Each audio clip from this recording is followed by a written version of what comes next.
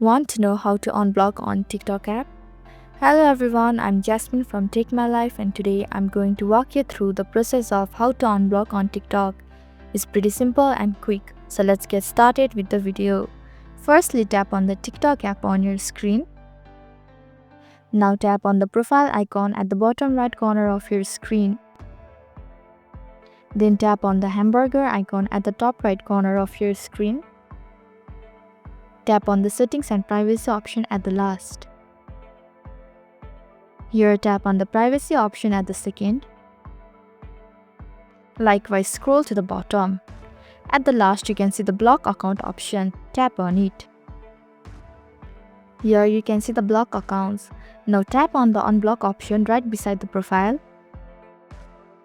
So this is how you can unblock on TikTok. Thank you for watching Take My Life. Hope this video was helpful. If it was, then hit the like button and comment down if you have any questions or feedback.